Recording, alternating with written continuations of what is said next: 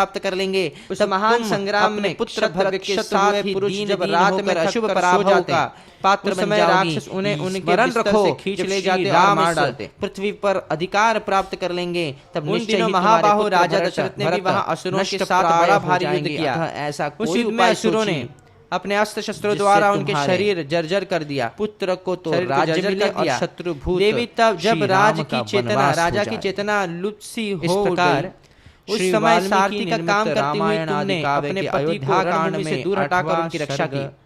जब वहां भी राक्षसों के शस्त्रों से वे घायल हो गए, नवमः सर्ग, तब तुमने पुनः वहां से अन्यत्र ले जाकर उनकी रक्षा की। कैकेयी का शुभ दर्शन में प्रवेश। इससे संतुष्ट होकर महाराज ने तुम्हें मंथरा के ऐसा कहने पर कैकेयी का मुख क्रोध से तमतमा उठा। वह लंबी और गर्म सांस खींचकर उससे इस प्रकार बोली, कुब्जे, मैं श्री राम को शीघ्र ही यहाँ से वन में भेजेंगी। उस समय उन महात्मा भेजूंगी और तुरंत ही युवराज के पद पर भरत का अभिषेक कराऊंगी। परंतु इस समय यह तो सोचो कि किस उपाय से अपना अभिष्ट साधन करूं, भरत को राज्य प्राप्त हो जाए और श्री राम उसे किसी तरह भी न पा सके, यह काम कैसे बने। वरों के प्रभाव से स्वामी को वश में ऐसा कहने पर पाप का मार्ग दिखाने वाली मंथरा को श्री राम के स्वार्थ पर कुठाराघात, तुम उन दोनों वरों को अपने स्वामी से मांगो। एक वर के द्वारा भरत का राज्याभिषेक और दूसरे के द्वारा श्री राम का 14 वर्ष का वनवास मांगो, जिससे केवल तुम्हारे पुत्र भरत ही राज्य प्राप्त करेंगे। श्री राम वन में चले जाएंगे, तब उतने समय में तुम्हारे पुत्र भरत समस्त प्रजा के हृदय में मुझसे छुपा रही स्नेह पैदा कर लेंगे। तुम मुझसे अनेक बार राज्य पर स्थिर हो जाएंगे। अपने उसी प्रयोजन को तुम मुझसे सुनना चाहती हो, इसका क्या कारण है? अश्वपति कुमारी, यदि मेरे ही मुख से सुनने के लिए तुम्हारा आग्रह है तो बताती हूँ, भवन में प्रवेश कर इसी के अनुसार कार्य करो। बिना बिस्तर के ही भूमि पर मंथरा का यह वचन सुनकर राजा आवे तो कई आंखें उठाकर न दे पीछे हुए और न उनसे कोई बात ही करो। कुछ उठकर महाराज को देखते ही रोती हुई शोकमग्न हो धरती पर उससे वह उपाय बताने लगो, लौटने लगो। इस उपाय से भरत को जो राज्य मिल जाएगा, संदेह नहीं कि तुम अपने पति को सदा ही बड़ी प्यारी नहीं पा सकेंगे। तुम्हारे लिए महाराज आग में भी प्रवेश कर सकते हैं। ऐसा कहने पर पाप का मार्ग दिखाने वाले और न कुपित अवस्था में श्रीराम के पर कुठाराघात, राजा दशरथ तुम्हारा प्रिय करने के लिए अपने प्राणों का भी त्याग समय कैकेयी से महाराज तुम्हारी बात देवी तरह टाल नहीं सकते। पूर्व काल की तुम अपने सौभाग्य के बल का स्मरण करो। अवसर पर राजा दशरथ तुम्हें तुम्हारे पति बुलावे में डालने के लिए मणि मोती स्वर्ण देवराज भांति भांति करने के लिए देने की चेष्टा करेंगे, किंतु राजकुमारी मन न चलाना। दक्षिण दिशा में महाभागी देवासुर संग्राम के अवसर पर राजा दशरथ ने जो दो वर दिए थे, जहाँ शंबर नाम से प्रसिद्ध वरदान के रूप में मांगा गया, वह तुम्हारा अभिष्ट मनोरथ सिद्ध हुए शंबर नाम से प्रसिद्ध एक महान असुर नंदन राजा दशरथ जब स्वयं अपनी ध्वजा में उठाकर वर देने को हेल मछली का चिन्ह धारण महाराज को सत्य की शपथ दिलाकर सैकड़ों मायाओं का जानकर उनसे वर मांगना। वर मांगते समय कहना कि नृपश्रेष्ठ, आप श्री राम को 14 वर्षों के लिए बहुत दूर वन में भेज दीजिए, पराजित नहीं भरत को भूमंडल का राज बनाइए। साथ युद्ध छेड़ श्री राम के 14 वर्षों के लिए वन में चले जाने पर संग्राम में भरत का राज्य सुदृढ़ हो जाएगा और प्रजा जाकर सो जाते हैं।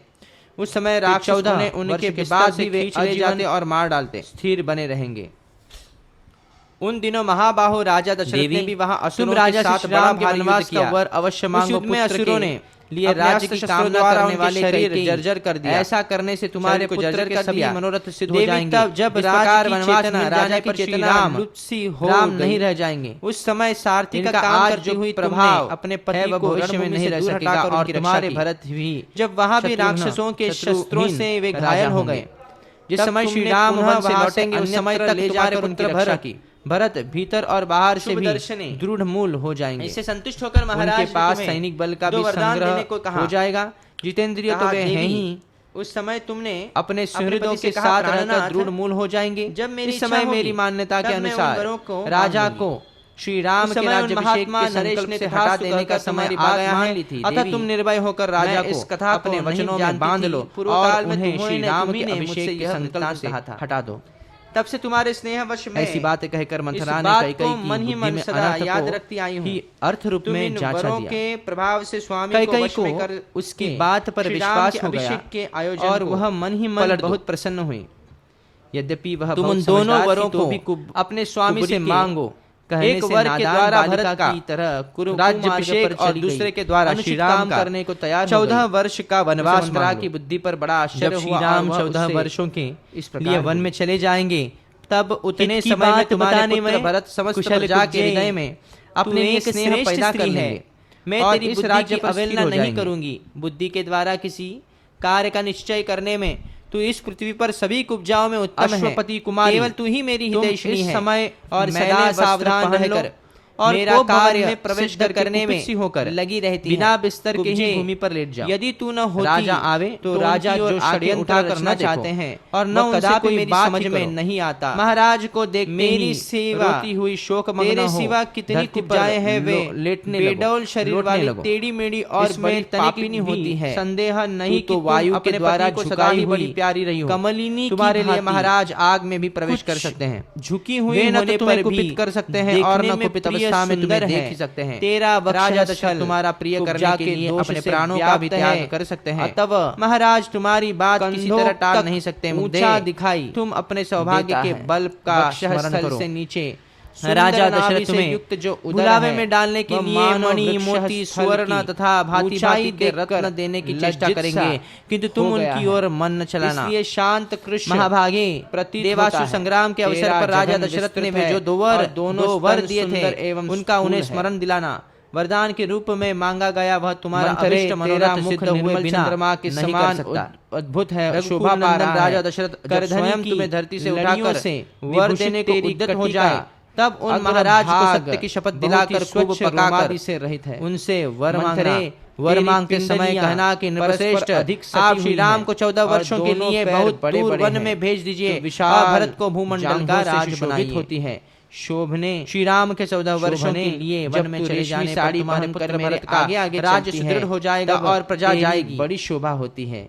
फिर 14 वर्ष के बाद असुराज शंबर को जिन सहस्त्रों मायाओं का ज्ञान है वे सब तेरे हृदय में स्थित है। देवी के अलावा तुम राजा से श्री राम के वनवास का वर अवश्य मांगो। पुत्र इन मायाओं का राज्य की कामना करने वाला कुबड़ है। ऐसा करने से तुम्हारे पुत्र के सभी मनोरथ सिद्ध हो जाएंगे। इस प्रकार वनवास मिल जाने पर श्री राम इसमें राम नहीं रह जाएंगे। स्मृति और बुद्धि शंकर आद्या राजनीति है वह नाना प्रकार की मायाएं निवास भरत भी शत्रुघ्न सुंदरी राजा होंगे। यदि भरत का राज्य श्री राम वन से लौटेंगे उस समय तक तुम्हारे पुत्र चले गए। भरत तो भीतर और बाहर मनोरथ एवं संतुष्ट होकर अच्छी जाति के खूब तपाए बाद सैनिक बल का भी संग्रह हो जाएगा। सुंदर स्वर्णमाला तेरे इस कुबड़ को अपने सुहृदों के साथ रखकर इस पर चंदन का लेप लगाऊंगी। इस समय मेरी मान्यता के अनुसार राजा को मुख ललाम के राज्याभिषेक और विचित्र हटा देने का समय आ गया है। अतः तुम निर्भय होकर राजा को अपने वचनों में बांध लो और एवं श्री राम के वस्त्र लहंगा और दुपट्टा हटा दो धारण करके। ऐसी बातें कहकर मंथरा ने कैकेयी की बुद्धि में अनर्थ के समान अर्थ रूप में विचरण करेगी।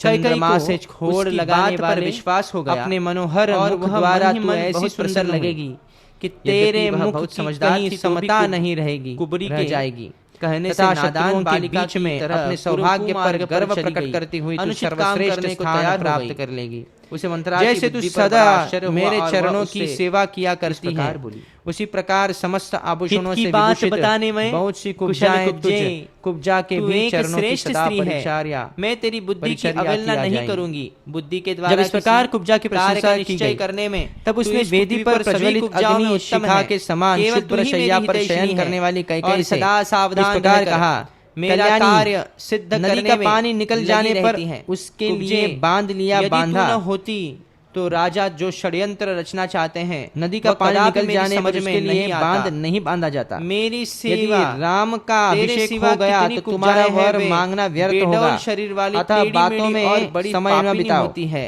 जल्दी उठो और अपना कल्याण करो। झुकाई हुई भवन में जाकर राजा को अपने अवस्था का परिचय दो। झुकी हुई होने पर भी मंथरा के इस प्रकार प्रोत्साहन देने पर सौभाग्य के तेरा वक्षस्थल गर्व करने वाली विशाल लोचना सुंदरी कैकेयी अतव देवी उसके साथ ही ऊंचा में जाकर लाखों की देता है। लागत स्थल से मोतियों के हार नाभि से युक्त सुंदर बहुमूल्य आभूषणों को मानव अपने शरीर से उतार कर ऊंचाई देखकर लज्जित सा सोने के समान सुंदर कांति वाली इसलिए शांत कुब्जा की बातों में वशीभूत हो गई। तेरा जघन विस्तृत है अतः वह धरती पर लेटकर मंत्रा से इस प्रकार बोली।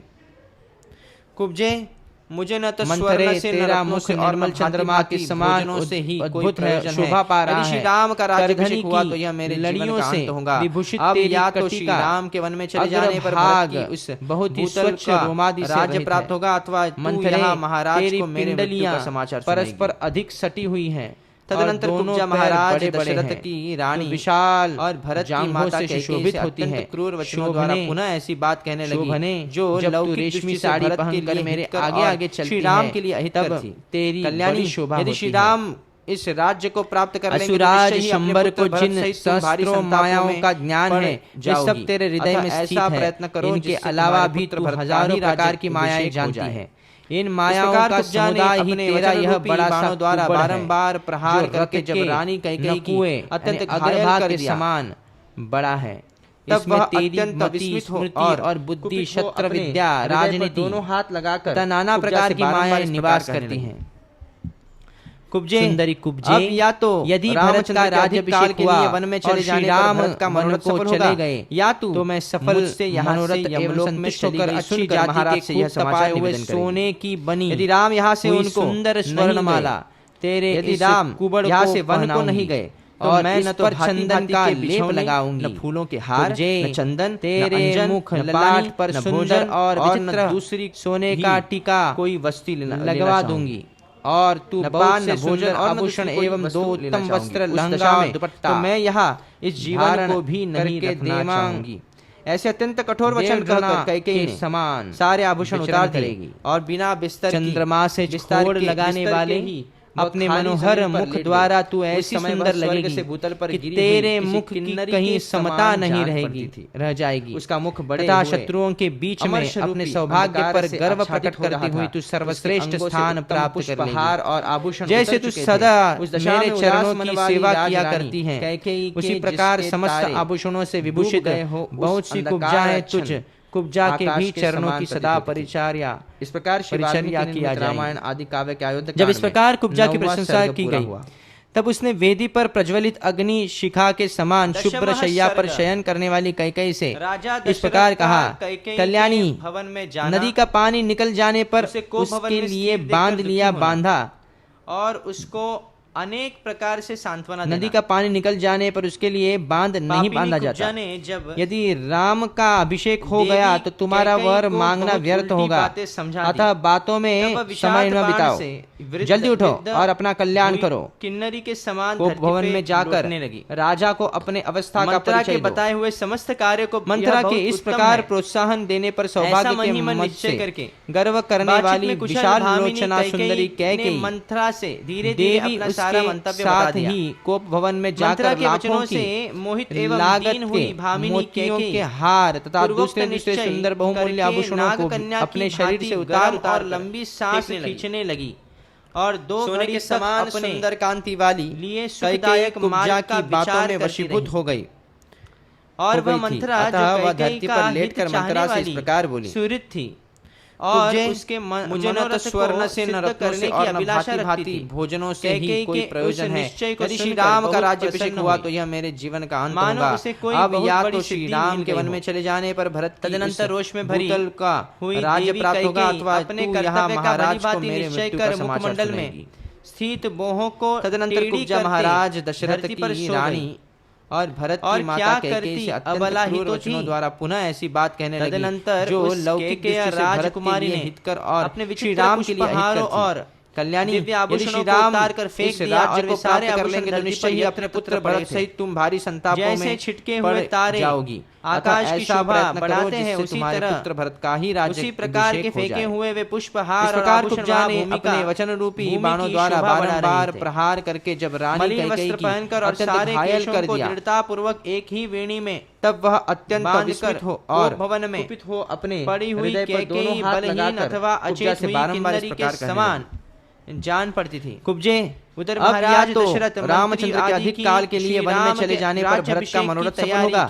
या तू मुझसे यहाँ से यमलोक में चली गई सुनकर महाराज से यह समाचार निवेदन करेगी। यदि राम यहाँ से उनको नहीं गए, यदि राम यहाँ से वन को नहीं गए, तो मैं न तो भांति भांति के बिछौने, न फूलों के हार, न चंदन, न अंजन, न पानी, न भोजन और न मालूम हुआ होगा ही ऐसा विचार कर लेना जितेंद्रिय राजा दशरथ ने अपनी प्यारी रानी को यह प्रिय संवाद सुनाने के लिए उस दशा में तो मैं यहाँ इस जीवन को भी नहीं रखना चाहूंगा। उन महायशस्वी नरेश ने पहले कठोर वचन कहकर कैकेयी ने श्रेष्ठ भवन में सारे आभूषण उतार दिए, श्वेत बादलों से युक्त राह युक्त आकाश में चंद्रमा ने पदार्पण जमीन पर लेट गई। उस भवन में तोते, स्वर्ग से मोर, क्रौंच और हंस आदि पक्षी कलरव कर रहे थे। पड़ती थी। वहाँ वाद्यों का मधुर घोष गूंज रहा था। अमर कुब्जा और बौनी दासियां भरी हुई थी। चंपा और अशोक से सुशोभित बहुत से लता भवन उस दशा में उदास मन वाली राजरानी कैकेयी के जिस हाथीदार चांदी और सोने की उस बनी हुई वेदियों से संयुक्त आकाश के समान भवन को नित्य फूलने वाली वृक्ष और रामायण आदि काव्य के अयोध्या कांड में सुशोभित कर रही थी। उसने हाथी दांत, चांदी और सोने के बने हुए उत्तम सिंहासन रखे गए थे। नाना प्रकार के अन्न पान दशरथ और भांति भांति के भक्ष्य भोज्य जाना पदार्थों से वह भवन उसे को भरा पूरा देखकर दुखी होना। बहुमूल्य आभूषणों से संपन्न कैकेयी का वह भवन स्वर्ग के समान शोभा पा रहा था। पापिनी अपने समृद्धशाली अंतपुर में प्रवेश करके महाराज राजा दशरथ ने कैकेयी को वहां की उत्तम शैया पर रानी कैकेयी को नहीं देखा। तब वह विषाद बाण बल से संयुक्त विद्ध नरेश रानी की प्रसन्नता बढ़ाने की अभिलाषा से भीतर गए थे। वह अपनी प्यारी मंत्रा के बताए हुए समस्त कार्य को यह बहुत बड़ा विषाद हुआ और वे उनके विषय में ऐसा मन ही मन निश्चय करके इससे पहले रानी कैकेयी राजा के आगमन की ने मंत्रा से धीरे धीरे अपना सारा मंतव्य बता दिया। मंत्रा के वचनों से राजा एवं कबीन हुई भामिनी कैकेयी सूने भवन में प्रवेश नहीं किया था करके नाग घर में जाकर घर में आकर और लंबे बारे में पूछने लगी। उन्हें यह मालूम दो घड़ी तक मालूम नहीं था कि वह सुखदायक मार्ग का विचार करती सिद्ध करना चाहती और वह मंत्रा जो कैकेयी का हित चाहने वाली से उसके विषय में पूछा और उसके मनोरथ को सिद्ध करने की अभिलाषा हाथ जोड़कर कहा। कैकेयी के उस निश्चय को सुनकर बहुत प्रसन्न हुई हो कोप भवन की मानो उसे कोई बहुत बड़ी सिद्धि मिल गई हो। प्रतिहारी की बात में भरी राजा का हुई देवी कैकेयी उदास अपने कर्तव्य का भली भांति निश्चय कर मुखमंडल में एवं व्याकुल उठी और वे पुनः अधिक विषाद करते धरती पर वह भूमि पर पड़ी थी और क्या करती हुई अबला ही तो उसके लिए योग्य नहीं था। राजानंतर कारण कैकेयी राजकुमारी ने इस अवस्था में अपने विचित्र पुष्पहार और थे और उनके आभूषणों को उतार कर फेंक दिया और वे सारे आभूषण धरती पर यत्र तत्र पड़े। राजा ने मन में जैसे पाप नहीं हुए तारे राजा के मन में आकाश की शोभा बढ़ाते हैं उसी तरह मन में पाप उसी प्रकार के फेंके हुए वे पुष्पहार और आभूषण वहां भूमिका की भांति भूमि की शोभा बढ़ा मानी मानो कोई मलिन वस्त्र पहनकर और सारे केशों को दृढ़ता पूर्वक एक ही स्वर्ग भ्रष्ट किन्नरी देव बांधकर च्युत हुई अप्सरा लक्ष्य भ्रष्ट पड़ी हुई माया और बलहीन अथवा अचेत हुई किन्नरी के समान जान पड़ती थी। जैसे कोई महान गजराज महाराज दशरथ मंत्री आदि की श्री राम के राज्याभिषेक की तैयारी के होकर गिरी आज्ञा दुखित देश को स्नेहा समय उपस्थित होने के लिए कहकर कामी राजा दशरथ ने महान दुख में पड़ी हुई उन्होंने सोचा आज कैकेयी श्री राम के अभिषेक की बात स्पर्श किया। प्रसिद्ध उस समय की उनके मन में सब समाचार अभी किसी समा गया था रानी को नहीं मालूम हुआ होगा क्या कहेगी। ऐसा विचार कर वे उसके जितेंद्रिय राजा दशरथ ने अपनी प्यारी रानी को यह प्रिय संवाद सुनाने के लिए अत्यंत क्रोध मुझ पर अंतःपुर में प्रवेश किया। ऐसा तो मुझे विश्वास नहीं होता। नरेश ने पहले कैकेयी की किसने तुम्हारा श्रेष्ठ भवन में प्रवेश किया मानो श्वेत बादलों से युक्त राह युक्त आकाश में चंद्रमा ने पदार्पण किया मुझे दुख देने के लिए तोते धूल में मोर क्रौंच और हंस आदि पक्षी कलरव कर रहे थे। मेरे वाद्यों का मधुर घोष गूंज रहा था। बहुत सी कुब्जा और मेरे मन में तो सदा तुम्हारे कल्याणी हुई भावना रहती है। चंपा और अशोक से मेरे रहते हुए से लता भवन और चित्र मंदिर धर्महर की शोभा बढ़ा रहे थे। जान पड़ता है तुम्हारे चांदी और सोने की पिशाच ने हुई कार्यों से संयुक्त उस भवन को नित्य फूलने वाली वृक्ष और यहाँ बहुत से चिकित्सा कुशल वैद्य कर रही थी। उसने हाथी चांदी और सोने के बने हुए वे उत्तम सिंहासन रखे गए थे। नाना प्रकार के अन्न प्रिय करना है और भांति के भक्ष्य तुम्हारा प्रिय पदार्थों से वह तुम्हारे किसी भरा पूरा की उपकार बहुमूल्य आभूषणों से संपन्न कर दिया जाए। वह भवन स्वर्ग के समान शोभा पा रहा था। अपनी देह समृद्धशाली अंतपुर में प्रवेश करके महाराज राजा दशरथ ने वहाँ की उत्तम शैया पर रानी कैकेयी को नहीं देखा। किस प्राण दंड बल से संयुक्त अपराधी को भी मुक्त नरेश रानी की प्रसन्नता बढ़ाने की अभिलाषा से भीतर गए थे। धनवान को अपनी प्यारी पत्नी को न देखकर मैं और मेरे सभी मन में बड़ा विषाद हुआ और मैं उनके विषय में पूछताछ भी मनोरथ को मैं इससे पहले रानी कैकेयी राजा के आगमन की उस बेला में चाहे अन्यत्र नहीं जाती, अपने प्राण ही क्यों न देने पड़े। अतः तुम्हारे मन में कभी सुने भवन में स्पष्ट कहो। सुने भवन में प्रवेश नहीं किया जानते हुए भी इसलिए वे घर में जाकर घर में आकर कैकेयी के बारे में पूछने लगे। मैं अपने मालूम हुआ कि शपथ खाकर कहता हूँ, वह जिससे तुम्हें प्रसन्नता हो वही करूंगा। जहाँ सूर्य का चक्र घूमता है, पहले की ही भांति सारी पृथ्वी मेरे अधिकार में है। द्रविड़, सिंधु, सौवीर, सौराष्ट्र, दक्षिण भारत के सारे प्रदेश, वंग, मगध, मत्स्य, काशी और कौशल, इन सभी समृद्धशाली देशों पर मेरा आधिपत्य है। कैकेयी राजधानी की यह बात में पैदा होने वाली भांति भांति के द्रव्य, धान्य और बकरी, भेड़ आज चंचल एवं व्याकुल मन से लेना चाहती हो, अधिक विषाद से मांग लो। को भवन में वह भूमि पर पड़ी थी और इस तरह उठाने प्रयास करने के लिए क्या आवश्यकता है।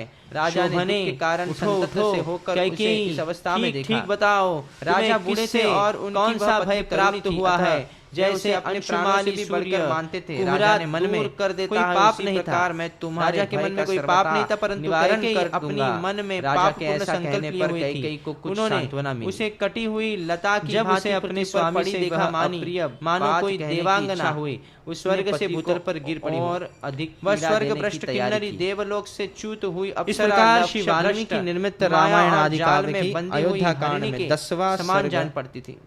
जैसे कोई महान गजराज वन में व्याध के द्वारा विषलिप्त बाण से 11 सर्ग विद्ध होकर कैकेयी का राजा को प्रतिज्ञाबद्ध करके स्नेहवश पहले के दिए हुए 2 वरों का कामी राजा दिलाकर भरत के लिए अभिषेक और राम के लिए 14 वर्ष का वनवास मांगा। भार्या कैकेयी का स्नेह पूर्वक दोनों हाथों भूपाल दशरथ कामदेव के बाणों से पीड़ित तथा काम वेग के वश में सब ओर से अनुसरण भय समा गए थे। उनके कैकेयी ने यह कठोर वचन कहा, क्या करेगी देव, अंगों पर न तो किसी ने मेरा इस प्रकार अपकार किया है और न क्रोध मुझ पर है, द्वारा मैं अपमानित या मुझे विश्वास नहीं होता। मेरा कोई एक अभिप्राय मनोरथ है और मैं आपके द्वारा उसकी पूर्ति चाहती हूँ। यदि आप उसे पूर्ण करना चाहते हो तो जो इस तरह मुझे दुख देने के बाद में अपना वास्तविक अभिप्राय लौट रही थी।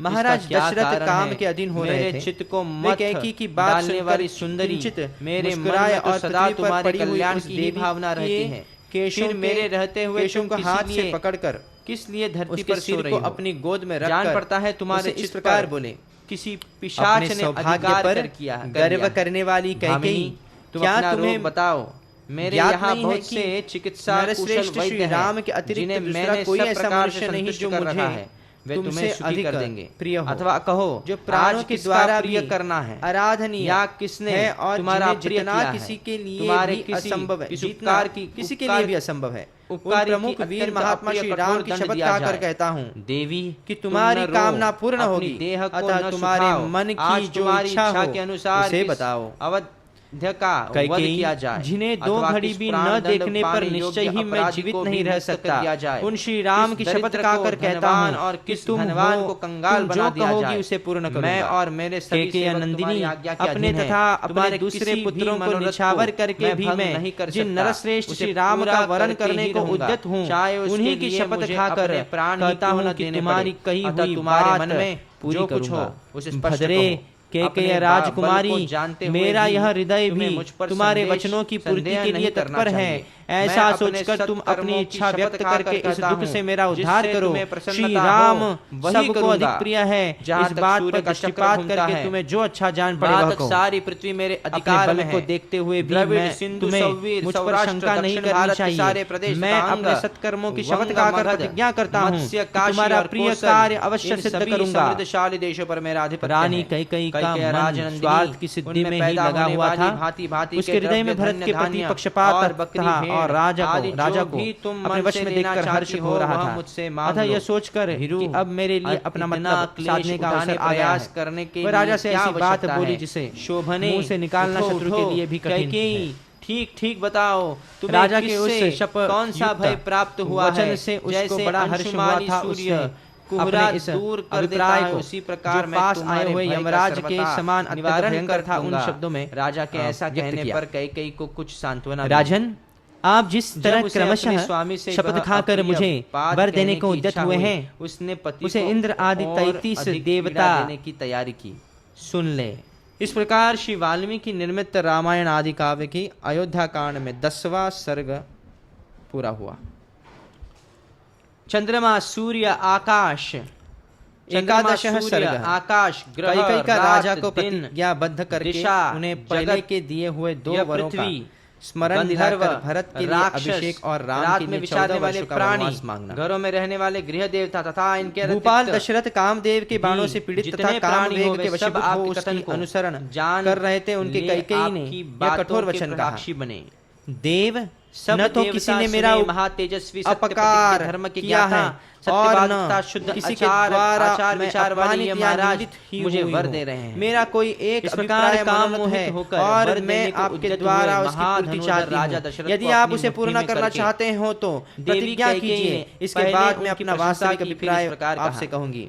महाराज दशरथ काम के अधीन हो रहे बात थे। को वे याद कैकेयी की कीजिए बात जब सुनकर देवासुर संग्राम हो रहा था, मुस्कुराए शत्रु और ने आपको पृथ्वी पर घायल पड़ी हुई करके उस देवी गिरा दिया के था, केवल केशों प्राण के- नहीं लिए थे। केशों को हाथ से देव पकड़कर उस युद्ध स्थल में सारी उसके सिर रात को अपनी जाकर गोद में अनेक रखकर प्रकार के उसे प्रयत्न इस करके प्रकार जो बोले, मैंने आपके जीवन की रक्षा अपने की थी, सौभाग्य उससे पर संतुष्ट होकर गर्व आपने मुझे करने 2 वर वाली दिए थे। कैकेयी, देव, क्या तुम्हें पृथ्वीपाल रघुनंदन ज्ञात नहीं है आपके कि दिए हुए वे 2 नरश्रेष्ठ श्री राम के अतिरिक्त धरोहर दूसरा के कोई रूप में ऐसा मनुष्य आपके नहीं ही जो पास मुझे रख दिए थे। तुमसे आज अधिक इस समय प्रिय हो, उन्हीं की जो मैं प्राणों खोज के करती द्वारा हूँ। भी आराधनीय इस प्रकार है धर्मतः और जिन्हें जितना प्रतिज्ञा किसी के करके लिए यदि भी आप असंभव मेरे है, जीतना उन किसी के लिए वरों भी असंभव है, को नहीं उन देंगे प्रमुख तो वीर मैं महात्मा अपने श्री को राम की शपथ खाकर आपके कहता द्वारा हूँ अपमानित हुई कि समझकर तुम्हारी आज ही कामना प्राणों पूर्ण का होगी, परित्याग कर अतः दूंगी। तुम्हारे मन की जो इच्छा हो जैसे मृग उसे बताओ।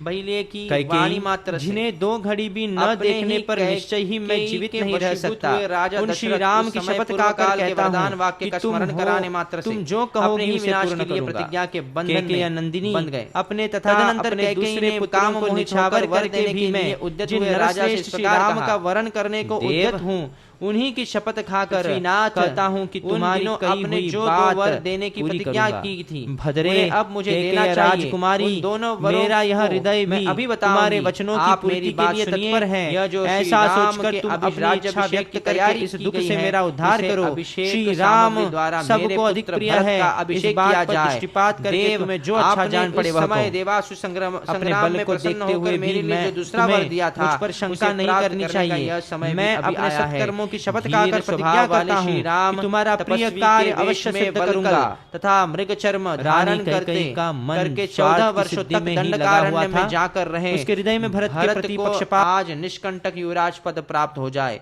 यही मेरा सर्वश्रेष्ठ कामना है। मैं आपसे पहले का दिया हुआ वर ही मांगती हूँ। आप ऐसी व्यवस्था करें जिससे मैं आज ही श्री राम को वन की ओर जाते देखें। आप राजाओं के राजा हैं, अतः सत्य प्रतिज्ञ बनिए और इस सत्य के द्वारा अपने कुल, शील तथा जन्म की रक्षा कीजिए। तपस्वी पुरुष कहते हैं कि सत्य बोलना सबसे श्रेष्ठ धर्म है। वह परलोक में निवास होने पर मनुष्यों के लिए परम कल्याणकारी होता है। इस प्रकार श्री वाल्मीकि निर्मित रामायण आदि काव्य के अयोध्या कांड में 11वां सर्ग पूरा हुआ।